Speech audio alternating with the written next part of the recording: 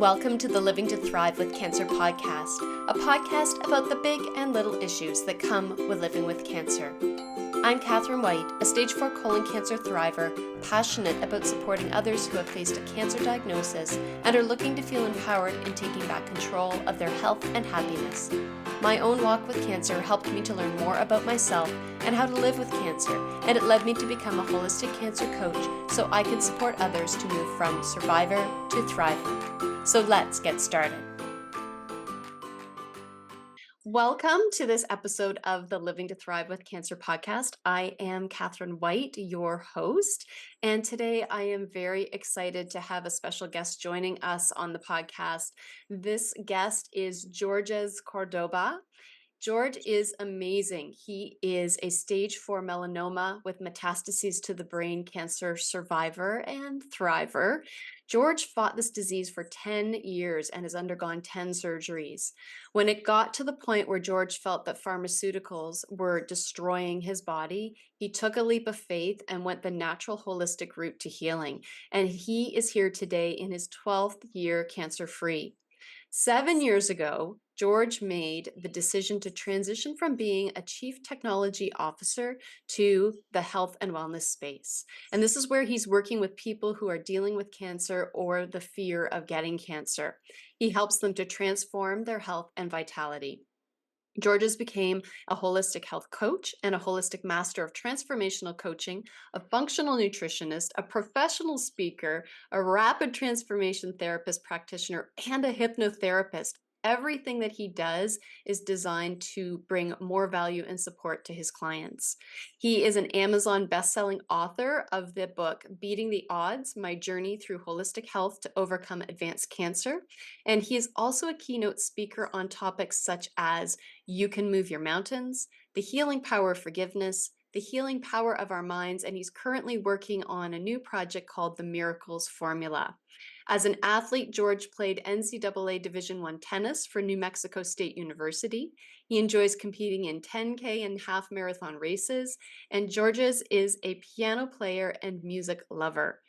Now, George shared with me before we started the podcast the following. He said, I now see my surviving experience as a blessing because God gave me a chance to sing the song I was born to sing, which is helping people live in wellness and purposely.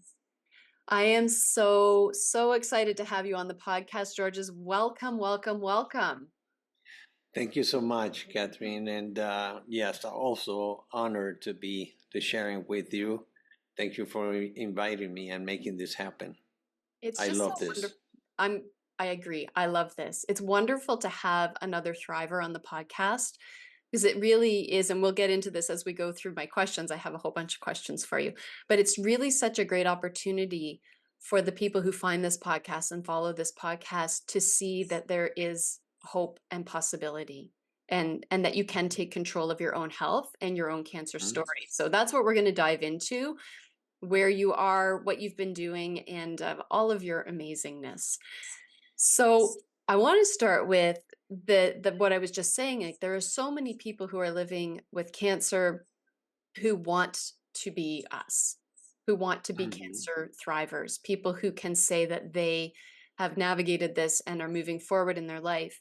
And I think an important piece to talk about is the stage 4 diagnosis part, because that, anytime cancer is dropped into someone's vocabulary, it's scary. But stage 4, like, really, maybe, I don't know if it was the same for you, like, strikes fear in the heart, and it immediately takes people to this place of, I am going to die. Like, it's like we've been conditioned to believe that it's like this death is where we're headed. But you are here 12 years later. So I would love for you to share like a little bit more about your experience with cancer and your path to thriving for 12 years after your stage 4 diagnosis.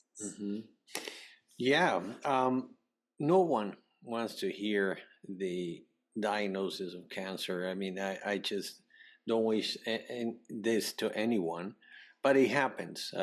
Right now, one of two men will have cancer, or one of three will have cancer. In my case, when I was diagnosed,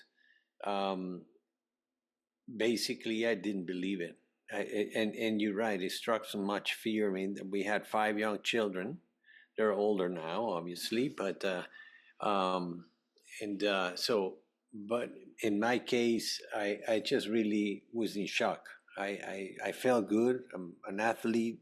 I was just finishing that week and playing a tournament, and I was in the pool. And before I was diagnosed 3 days later. But everything stopped, and then I started to go through this, emotional roller coaster, emotional and mental. I wouldn't believe it. Why me? No, no, this is.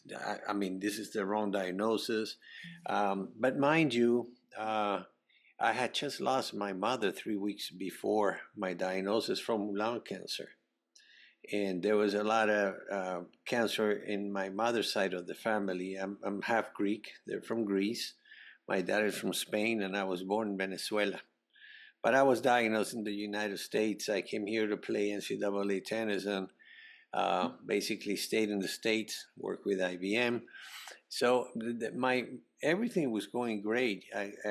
A good father, we would take the kids camping, and we're believers, so we would go to church and do stuff for Miami society, the underprivileged, like Hands on Miami, things like that. And so I thought this is just not doesn't make sense. And it wasn't until I realized, and that's maybe a couple months into the still this roller coaster, and then you know how it goes. It's just going right here, get a CT scan, biopsy, that your life. You now have to accommodate a new routine in your life, and I've been striving in my career. My wife too. The kids were growing. We have right now they're men, but 4 boys and a baby girl at that time, Claudia, the last one. She was 7, and but from that on, I started the journey. I did like everybody does, just go to an oncologist. We have doctors in the family, so that process. When I look back now, it wasn't fun. I couldn't even mourn my mom. She had just passed 3 weeks before my diagnosis. And so at a certain point, though, and I have to say this because uh, we were talking a little bit about it before the we started. The mind is very powerful in this stuff, and what we've learned, and the mind goes to what it's familiar to us. But since I was 4, and I remember this, I have the scenes. And as a hypnotherapist, I tried some things on me with other therapists. I saw my grandfather from my mother's side died of colon cancer, then his brother, then an aunt, then my godfather. I'm a Catholic Christian also, which was a cousin of my mother. So I started to see when people got cancer, they would pass, and I started fearing the disease since I was, maybe 4 years old, and so I really when I was diagnosed, I'm thinking, wow, you know, I'm doomed. This is coming from there. But it came to a point, Catherine, maybe 3 months into it, that I said, you know what, this is my fault. I'm the one. I was emotionally destroyed with my mother's slow passing. She was a smoker, heavy smoker, Mm. but you don't. I mean, at that point, what you see is her suffering. I was flying from Miami, Florida. I don't live there anymore, but I was flying back and forth to Venezuela every Friday to see her, Oh, and that was wow. affecting my career. I wasn't a CTO yet, but I was on my path. They understood, and so anyway, that was the first part of it. I started going through. They threw melanoma was fairly new in the U.S. They were more advanced in Australia and stuff, in other places where they already knew how to at least prevent it in the beach and stuff like that. But then later on, I found out that it's also emotional. All disease Mm. are emotional. So anyway, I just started. I had my first uh, uh, surgery. It was in my scalp. Then 2 weeks later, it kind of showed up again in there, so they had to go again. But I also had some lymph nodes that were pretty hard behind my ear, and the whole thing started. They did a biopsy and they extracted 23 23 lymph nodes from my right side of the neck, and they had to actually, without asking my wife, they decided to sacrifice a muscle to get to three other lymph nodes that they couldn't get, and those three out of the 23 were positive with melanoma. Oh, wow. So, and but I from the very beginning, being a person of God, I just said this can't be. There's not, you know, it is my fault, but I'm sorry I didn't take care of myself. Playing all these tournaments since I was 4 years old, 5 years old, to playing tennis, surfing, playing soccer, So and so that I started. I had my first. That was my second and my third surgery at that time. 4 months later, on chemotherapy with interferon, I got another few lymph nodes on my left ear, and they were positive. So they took 22. They extracted 22 lymph nodes on my left side. Didn't have to sacrifice the muscle, but two of them were positive, and that started that journey. It was just like a cycle of chemo and radiotherapy when applied, surgery, treatment, remission, reoccurrence, surgery, treatment, remission, and on almost year 8, when I had my first craniotomy, the first a pretty large tumor in my front lobe. Um, the chemo that they were giving me was new. It was the first time they had a med that would penetrate the brain, and needless to say, it was in capsules, $1,000 each capsule. Wow. My copayment was already done, years back, but I have no idea how much all this stuff cost. But um, so it was just like that for 7 8 years, and on year 8 I had this kind of like epiphany. I just thought, this is not working. I cannot keep living like this. And my kids in a way grew up seeing that and fearing that dad would not make it, that their grandmother had just passed, and um so I decided at that point, a lot of prayer. I went to see a naturopath. When you actually surrender to it, this is my experience.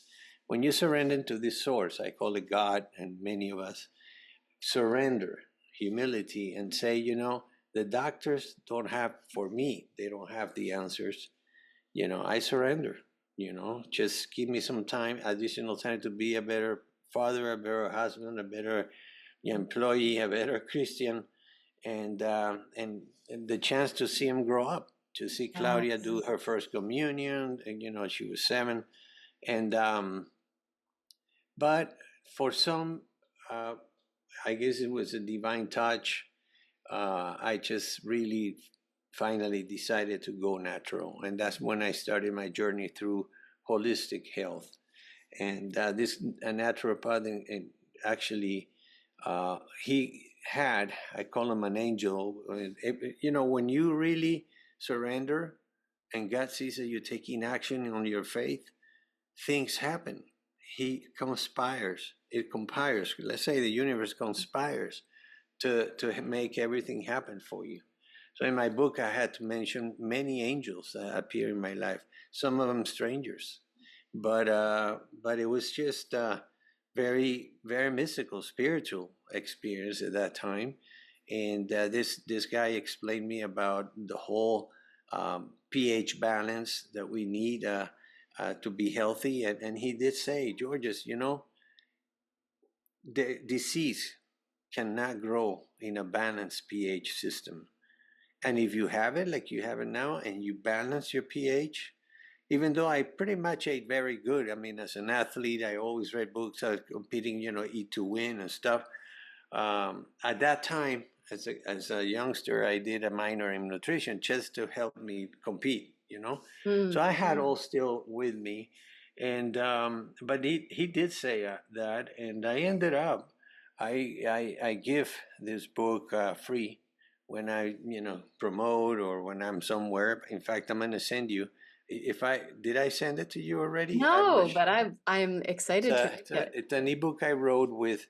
There are some recipes, some of our surviving thrivers guys like Chris Ward. Yes.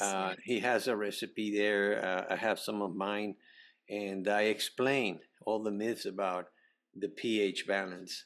And I also actually found, my wife found a table, we call it the alkaline table, that shows the different foods, which foods are acidic and which ones are alkaline. And what I do with my clients, I don't believe in extremes. Keto, paleo, vegan. It's just as a nutritionist, I believe in balance. And Yes. so and that hasn't changed. Percentage in good proteins, good fats, good carbs. And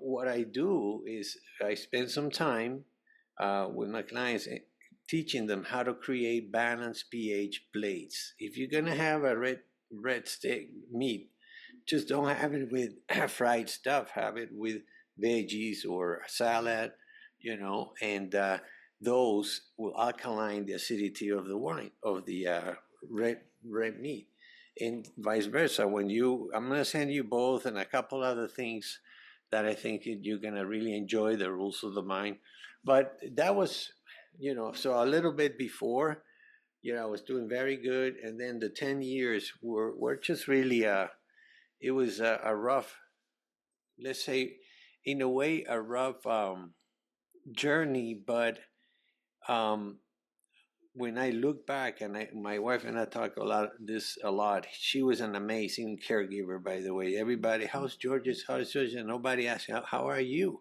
How are Yes. you, Nima? Yeah, we And forget about the caregivers a lot. yeah, We need to a be lot. recognized. And she was part of basically obviously I dedicate my book to her, but I would remember, like, we were praying at night. I would fall asleep and I would just wake up again, and she was still praying, Mm. awaken. And so that stuff is healing. And so Yes. I started, I opened up the moment that I surrendered to the process, because we tend, our egos, we tend to be, first we're in fear, scared, man. Am I dying? What's going to happen? And so one point that I love to share with everybody is surrender. You are worth it. If God takes care of the flowers and the birds, imagine for us. And this happened for a reason. And our colleague Chris Work, and I quote him in my book, he says that cancer is a divine touch on your shoulder, and that touch has a message, and that message is, Georges, you have to change your lifestyle because you're killing yourself. Yes. And another thing is, since I was little, I was always thinking that I was born for something big, and I always had this I guess natural magnet of helping others. Since I was very little, I would get like money for the week, and then I would just share with whoever didn't have it. I Mm. was at a club playing tennis, and there were little kids, poor kids, being the ball, the ball Yeah, guys. running all over the place. I would convince my friends, hey, let's go with our spare change and give it to them, and stuff like that. And so when this happened, I had no idea that what was coming after that. It was not going to be technology. I didn't know. As a matter of fact, I went almost the 10 years, still as a technologist, but already doing stuff. And on my side, became a Reiki master. Then Mm. basically started to look for things to help people, wrote the book, and so it was a leap of faith to go over. But one thing that is very important is purpose. Yes. If you talk to your clients, and for you, whoever, everybody that is listening, one thing that I've noticed is that every single person that comes with me, whether they want to prevent the disease or they're going through it, they don't seem to have a purpose. They just, so what are you doing? What is your purpose in life? They don't know, and it's Yes. not easy. And some people spend their life trying to find their purpose. That's not good either. It's there, but we have to give ourselves time for us, nourishing time, silent time, so we can receive these messages. We have that inside. But the moment that you start working with somebody, they get some goals to manage their, let's say somebody with cancer, to manage their situation, and we go along doing some techniques, just like you, I do it for 12 weeks. They realize that, boy, they can do it. That Yeah. they're in, Self-belief. and oh wow, because I say in 6 months you're free of cancer. Are you going to be the same person? Are you going to do the same things? Yeah. Well, wow, that's a good question. No, let's see. You have a message here, a divine message, Yes. for change. So As part yeah, of the it's exceptional healing, right? Like, is to hear those things and recognize those things like service and purpose and self-belief and lifestyle changes, like really making big changes in your life. yes. Yeah, and I do a lot of work also. I mean, I did it. What I'm saying is what I did for me, and that's what my book. That's my work is exactly. I had no coach. I just found my way. I put my Mhm. faith into action. I say, well, could it be emotional? I got a lot of stuff here that I carry that I forget about it. But every here and there, I hear a song or I see a scene in a movie, and I go back to that place, and I'm saying, forgiveness. I need to forgive somebody. Somebody needs to forgive me. And I Mhm. worked on that. And then the hardest one, forgiving yourself. And so, Yes. there's a combination of things that we need to be aware of. But because one of the rules of the mind is we go to an oncologist and we think that's it, there's no other and nothing else that we can do. That is that is incorrect. You could you could do that, but first of all, you need to understand that that oncologist is your employee. You're paying for him, so you are entitled to ask questions. Many of us don't even ask that many questions. Oh yeah, we're gonna give you this chemo. There's a our colleague, Chris Work, shared with me, and I'll send it to you, a questionnaire to ask your oncologist before you start. Mhm. Mhm. And guess what? Very few of my clients have used it. They're scared. What are you scared of? You're gonna pay a lot of money, maybe the insurance. You're gonna do you have your co-payment and whatever insurance you have, or whatever form of health care is in the country. But it's worth asking those questions. Like, for example, doctor, the chemo that you're gonna give me, can I talk to any of your or if your patients that are already in remission for 5 years, cancer free for 5 years? Doctor, how about 10? Doctor, is it true that you guys get the chemo at a wholesale and you sell it to us or the insurance company with a profit? Oh, stuff like that. There's 10 questions. And if you're scared to ask those, you know, you're starting the wrong place, in the wrong place. Because another thing that is important, and I think we kind of deviated, is that one thing that really happened, and I share this with you, is that I never took the attitude of being a patient. The Mhm. moment you do that and you feel sorry about yourself and you're just, why me? And, look at my friends, they're all enjoying it and I'm here feeling like crap. And, you know, that's not good. You have to maintain that sometimes leave the cancer in your house and just go do what you like outside, no Yes. matter how Yeah. you feel. No. Yeah. Like I say to my clients, and I wrote this in my book, like the question isn't why me. The question is, what am I going to do with this? Exactly. How am I going to move through this? And what am I going to do with this? And that, is I think the beginning of creating that self-belief, that purpose. Amen. And Yes. a number of my clients say, like, I want to do something with this, but I don't know what to do. And so we talk through it. Like, it can be exactly like you said, like giving to other people, writing a Mm-hmm. book, sharing your story, becoming a Mm. coach, like whatever it is. But Yeah. yeah, if your purpose is just to get up and go and do the treatments and hope for the Mm-hmm. best, like I'm Yeah. not saying that that's a bad thing, but maybe there's more, right? There is more. Yes. Yeah. And yeah, and you mentioned something that reminds me of this quote. It says, "Life doesn't happen to you; it happens for you." Yes. And once you realize that, and you just say, you know what, I'm gonna take action. Yes. It's fine. It's fine. These guys are trying to help you, but they're not the healers. They're just trying to do something to stop the situation. And now that's part of your arsenal. But you have a bunch of other stuff that you and I can share with them that will help that process, whether they want to stay or not. And like I say, in my 7 years doing this, only 3 people had decided to. One was even, I mean, I wasn't.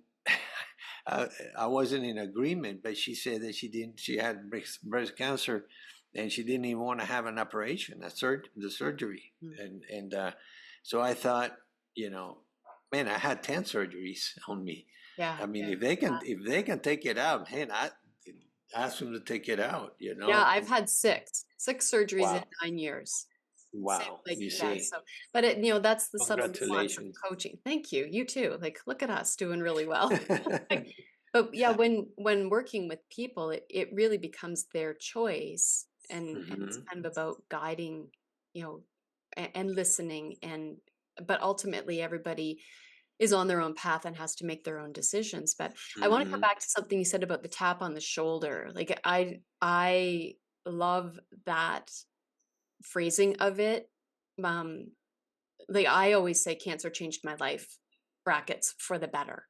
Like this Hmm. girl here right now is not the girl that I was in 2014. On January the 9th of 2015, the day before they told me my diagnosis, I was not this girl. I was a worn down, run down, angry teacher, like trying to keep the house together, like all of the things that I think we start to believe is, well, this is just life. And then after that, it was everything changed. It was the tap Hmm. on the shoulder. Something's got to give. Yes. And Yes. my most recent thing, you were talking about emotional healing, was like moving through emotional healing. Like I did the body stuff. We go to the body first, right? Because cancer happens in the Yes. body. But really, the spiritual work and the emotional work is such a huge part of the process. Yes. And the mental. Yes. As a matter of fact, it actually manifests in the body, but it starts somewhere else, and that's really one thing that I had always. Basically, I did a lot of visualizations, mental rehearsals for competition for tennis. When I was in the national team, we had folks that taught us how to visualize ourselves and winning the match or coming back from behind and winning and so I started using that. I take a few pages in my book explaining how I was visualizing and but at the end of the day, yeah, it's emotional, it's lack of spirituality, the connection with Mother Earth, with you and I are connected, understanding this beautiful Mother Earth planet, this gift, Hmm. but embracing it, not just oh we're leaving it, we just don't even appreciate a flower or whatever. I have this situation. One time I was sick, but my daughter was in the nationals dancing thing, and we went to Orlando, Florida, with all the parents and the kids, Hmm. the dancers. And after the competition, we went to one of the parks with this, it's the Water World or something. I forgot the name. And we were basically, most of us, floating around this, man-made river. We would loop around several times, and then all of a sudden we see this mom and dad with this kid coming. So we open. It was our third loop, third circle, and so we let him pass by, and the kid had Down syndrome. And so as soon as they were going to go under this little bridge that we have gone already twice, he said, "Hey, Mom, look at that beautiful orchid. It was hanging there. It was hanging there. None of us saw it. He saw it." Mm. And that taught me a lesson, And one of the books that I'm telling you that I kind of stopped the forgiveness is the title is going to be "Stop and Smell the Roses." It's just such a complex thing. There's so many layers to a cancer diagnosis. And I mean, we could talk about this for hours, unpacking and unpacking and unpacking all of these pieces. But I just love like what you're sharing about like people have choices. You're allowed to ask questions. This is an eye-opening experience. This is an opportunity to learn more Hmm. about yourself and to really, reconnect with whether it's God or the universe or Mother Earth, whatever you're called to, like that we are not solo people going through this world. We are interconnected even with each other. Like Yeah, I think we have to believe that there is more even just to navigating this process than just get up, go, do, and just hope that it all works exactly. out, right? It, yeah, and um, understanding that, for example, spirituality, you may be religious and not spiritual, or you may be spiritual and not religious, or you may be both. But I wanted to say something to the audience that that is really very important for you to hear. You can do it too. You can do it too. Whatever your situation, your type of cancer, how far you are on it, how long you've been on it, you can move your mountain. And Yes. I want to offer something that I say on one of my keynote talks, the one that is titled "You Can Move Your Mountains." We all have mountains to move. It could be a divorce, it could be a disease, it could be alcoholism, drug abuse, losing somebody that you just using your country, which happens a lot in our days. Hmm. Those are mountains. And then obviously in my case, the stupid one was my cancer, advanced cancer. But what is faith? What is faith, guys? Faith is the certainty of what you want, because you know that there is something out there that if you take action will help you out. It's something that you don't see, but you have the certainty that you're gonna expecting you're gonna get, and that's really this is true. I always kept saying from the very beginning, this can't be. This can't be. God didn't give me five beautiful children to now take me away when they're young. I mean, I just so it was all about me. It was my ego working. When I started to work from the inside, and that's part of what I teach now, because the healing happens from the inside out. But you can move your mountain. There's a famous biblical phrase that says, if you have faith as little as a mustard seed, which is the smallest seed on earth, you will tell this mountain to move from here to there, and it will move. Mm. And I'm a testimony of that, and whether you know it or not, too. And everything happens for you. Look at you, Catherine, and me helping people now. Some people were born to be leaders, and we didn't know it. I mean, I was in technology and I was a CTO, but it was more because of my self the conceited attitude that I have being a one-on-one tennis player. Tennis players have to be conceited because you're actually fighting. You either win or you lose. Right, There's no right. tie. Yeah. And it's not fun to lose when you're little and they kill they kick your butt. So, but yeah, you can do it. You can move your mountains, whatever it is. And but the good news too is prevention. You know, and Yes. so there's so many things. In my case, going through the craniotomies, um, the things that I share in the book, uh, were divine. I had no idea that I would have such great surgeons. I had no idea that maybe the anesthesiologist was somebody that said to me right before he was putting me to bed, "I'm going to pray for you. I'm a believer as well." Things like that. And when I would just say, God, put the right people. I Yes. mean, we're humans. We make mistakes. Yes. And one other thing that is really important that I learned when I was going to what they tell you what everything that can go wrong. They did that with you and your six surgeries. So imagine the craniotomies, and so this and that, and it could be that. And so every single time of those four, well, in every surgery, I would just really think of the things that I didn't do that I still had to do in my life, and there was a chance that I was not going to do it. I would not wake up from the surgery, including being a better father, whatever. So, but we, in a way, we live like we're gonna live forever, and sometimes we need to have an experience like the one that I had and you had to say, hey, you know what? This is not forever. And so I have a mentor that I haven't met, but I read his books all my life. He's Canadian, Robin Sharma, Mm. and he has a quote that I really like. He says, "Why would you like to live the same life 85 times, every 5 years? You know, the Mm. same life, the same exact life for 85 years.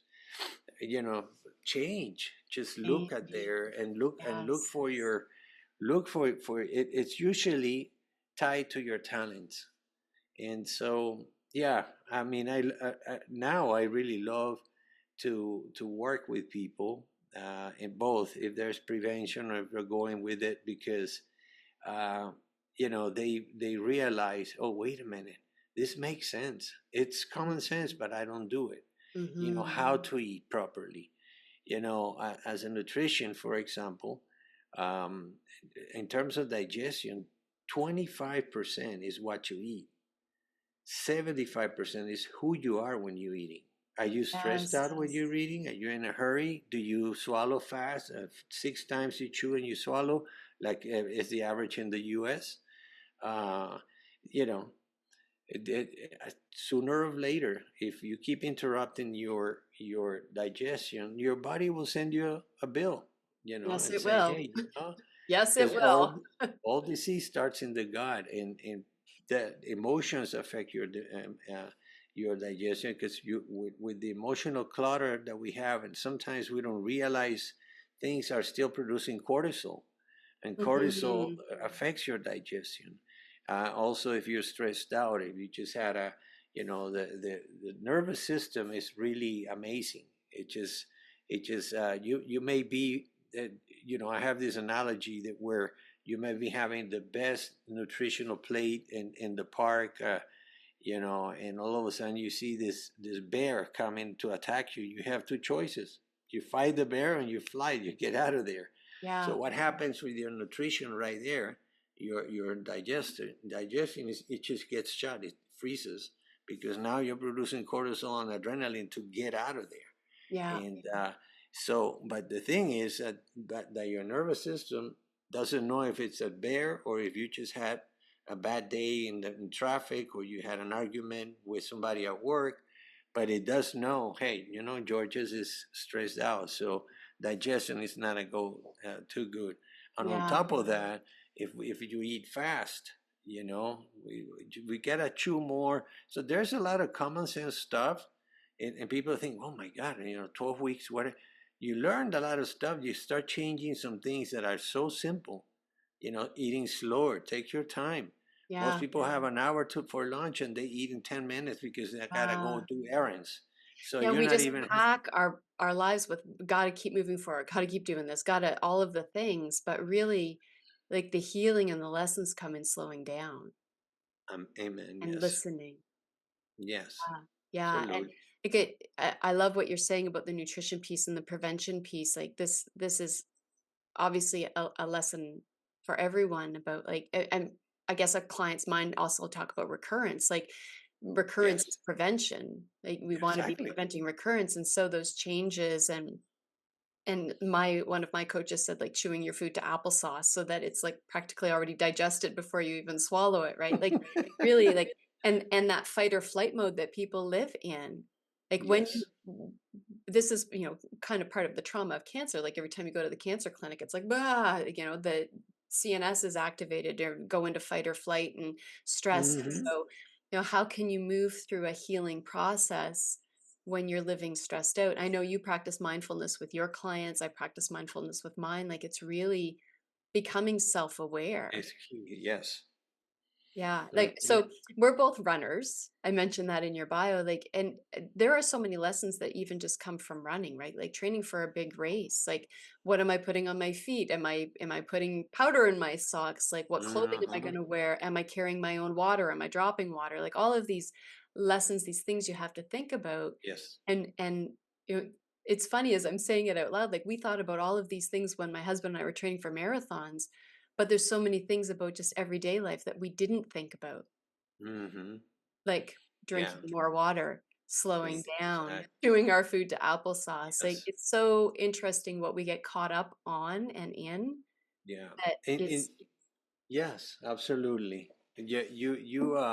You hit it. I mean, I there's no coincidences. The other day, I somebody from in a podcast and invited me to be part of a documentary that um you know it's this particular one.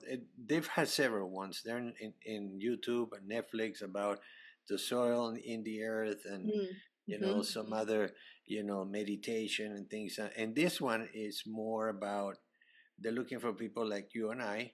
I think I was the last one. They have some very well known survivors, from Hollywood or this or Mm, and they're trying to do this, finding people like me that decided to stop chemo and radio, and why.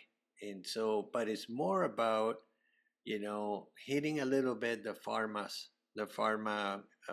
business a little mm, bit, and so I was concerned, and they say, look, they're faith based. It's called Little Small Box Entertainment, and the producers are two cancer survivors, a couple. They're both cancer survivors,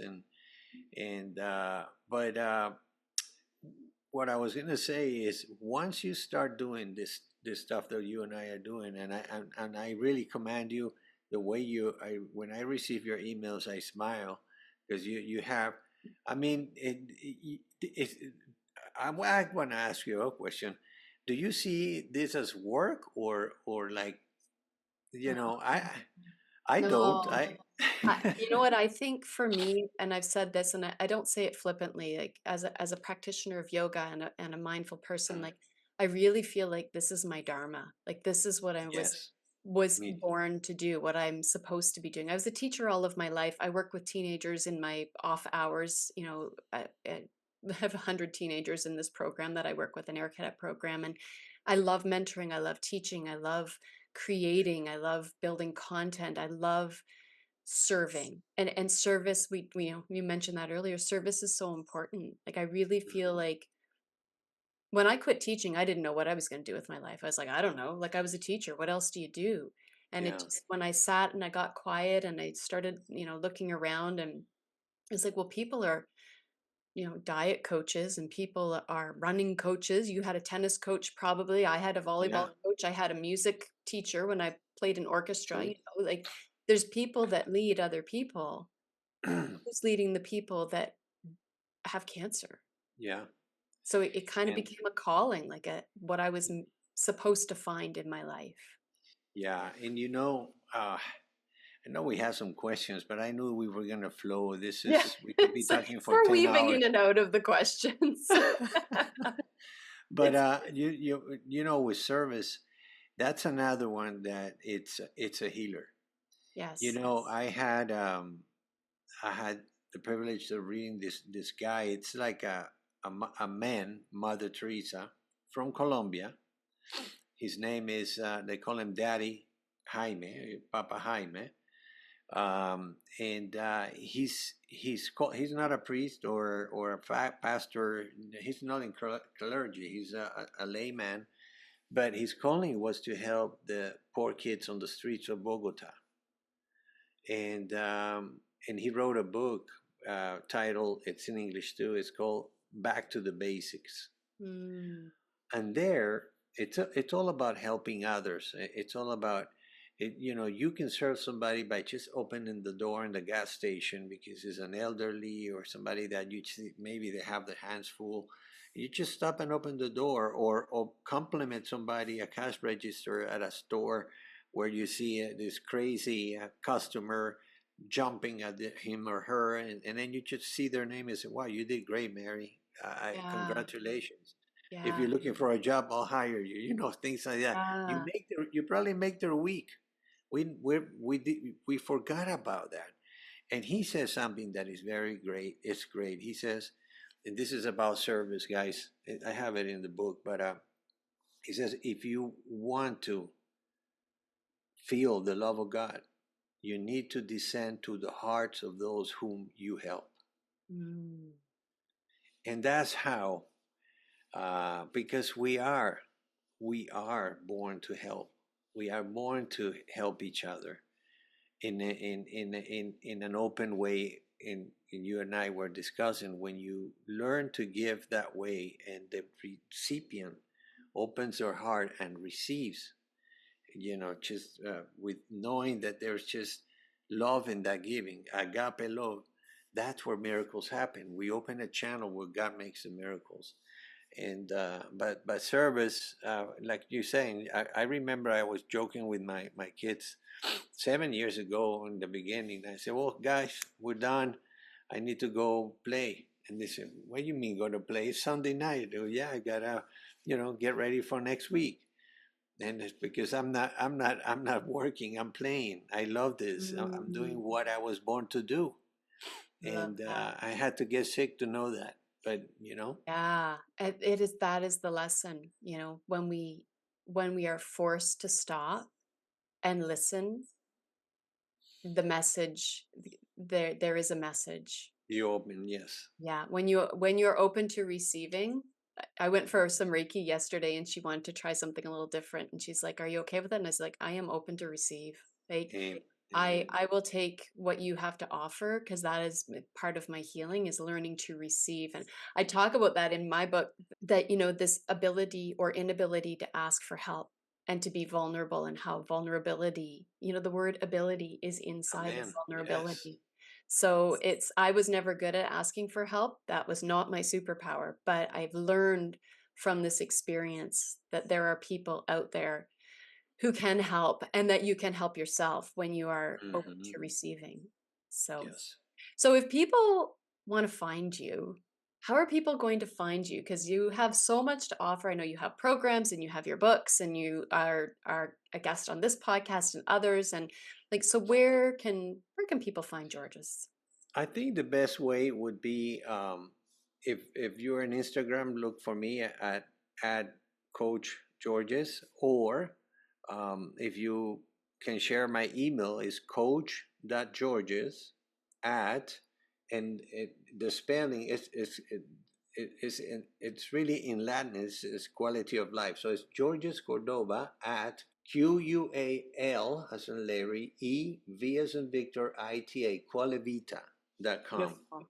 I will Coach put that in the Georges, show notes. I'll make sure that I yes, get yeah. your And you could information. just send me an email. We could, I'd be glad to share a call with you. And if you're looking for any just advice, this is, just like like with Catherine, you need to know the person first. I do the same thing. So it's Yeah. not like I'm going to try to, no, I just want to help you out, what questions you have, and probably give you a complementary roadmap to your health. Beautiful. And Beautiful. that's what I do. So they can see, oh my goodness, this is the way to do it, because everybody can do it. But just Yes. the thing is that we have to stop the noise of this society and take time for ourselves, which is not renewable. Yesterday is gone. Today, Yes. after this, we have our talk here. It's gone, and this morning, as I journal, we could talk for so many things. But Forever. I We could was, talk forever. yeah, I was saying for some reason today I said, well, today is the first day of the rest of my life, and that's true. Yes. Absolutely. So, So that leads me to my last question that I always ask people is my motto is, living to thrive. And that was gifted to me in a version of that. It was gifted to me by one of my doctors. And it's really become what I believe in, mhm. that getting up every day and what is today bringing to my life and how can I, leave yesterday behind and keep moving forward. So my question for you is what does living to thrive mean for you? Living in purpose, Mhm. living with purpose. Get up in the morning and you have a purpose. You will get up, and you will get up early. Living with purpose is really what it's all about. Many people, my wife and I were um, volunteers with hospice at a hospice. It's called. It's a national thing in the U.S. But the common denominator there was, man, if I had 10 years of me, I would do all these things that I could just put for later, for later, for later. Later could be even tomorrow. So just live with purpose, and that's really happiness because you're doing Mhm. what you love to do, and that is possible too. Because some people say, "How do I do it? I have a job, and now I'm stuck." With faith, and if you have an intention and put it into action, that really will happen. Because an intention without action, it's an illusion. Look at all these people with a New Year's resolution. By March, no one is around. It's an intention, but they didn't take action. Only a few do it. If you take action on what you're looking for, your healing, etc., things will happen for you. And then you have people like Catherine, myself, and not, I mean, there's millions of people out there that had to go through cancer to really to realize what they were here for. You and I, and probably your husband too, have so many things in common: the running, the music, and I'm sure the audience as well. In terms of our souls, we're all the same. We're brothers and sisters. So understanding that, and just do a good deed every day. Just be positive. Do some fasting of some things, like fast about complaining for Mm, 1 week. Don't complain for 1 week. Do a complaining fasting. Do a fasting of your iPhone or your yeah. electric stuff. Yeah. Because that tells you how tied up we are with how we embrace those things that are not really the best in many Yes. cases. So yeah, to answer your question on the thriving is living your purpose, a Yes. purpose of life. Service and purpose. Yes. Beautiful. Beautiful. Oh, Georges, we could, as I said, talk for hours. We have so many things to talk about. But what I'm going to do is get all of your information in the show notes. I appreciate this, and I'm not a podcaster, but I definitely, if now that we talk for a few minutes, if you have some time, I would like to explore how to share with my social contacts, social media, my email list, let's say, your podcast, and make sure that they would fit. There's, I think, just so many opportunities Yeah. for people to connect with the right person. And I have no And doubt that there are people listening today that will feel connected to you and will reach out to you. So again, I'll make sure that your information is in the show notes so that they can find you. So just a huge, huge thank you for thank you. being here Thank you so today. much. You are so welcome. I am so grateful because it's stories like yours that really make a difference for people who are navigating cancer. Like people really need to see that there are success stories and that there are success stories with stage 4. Because like I said, when we first started, people see that as an end sentence, and it doesn't have to be. It can actually be the beginning of a sentence, that Yeah. tap on the shoulders. So thank you for that and everything that you have brought to the conversation today. Well, you're welcome. And don't forget, folks, no one will believe in you until you believe in you. Beautiful. That is a beautiful way to end. Thank you so much.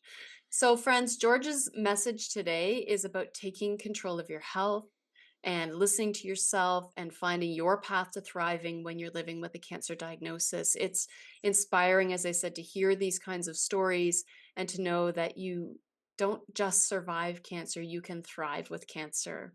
Hmm. If you've enjoyed this episode or other episodes that you've heard, please, please, please leave a review where you're listening.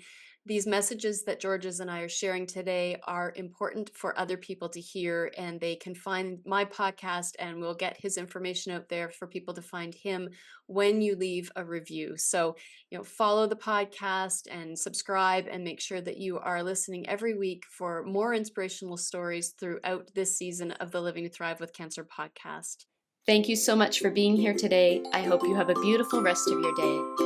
And may you live your life to your fullest, follow your heart, and thrive in all you do.